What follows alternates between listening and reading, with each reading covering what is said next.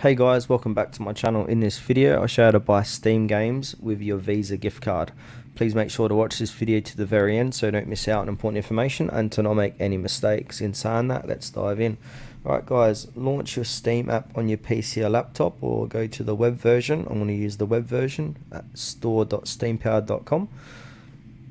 Now in order to add your Visa gift card, find that game that you'd like to purchase. So for demonstration, I'm going to click on this game here, and now what this is going to do is I'm going to add this to the cart, that game there, and then I'm going to go ahead and click on view my cart,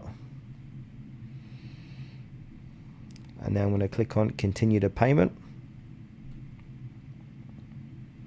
And now what you want to do here is click on select payment method, so click onto that and then click onto Visa, because we're going to be using a Visa gift card for this purchase. And now go ahead and put the 16-digit card number, expiration date, security code, and then your first name, last name, city, billing address, postal code, phone number, country, and then click on continue.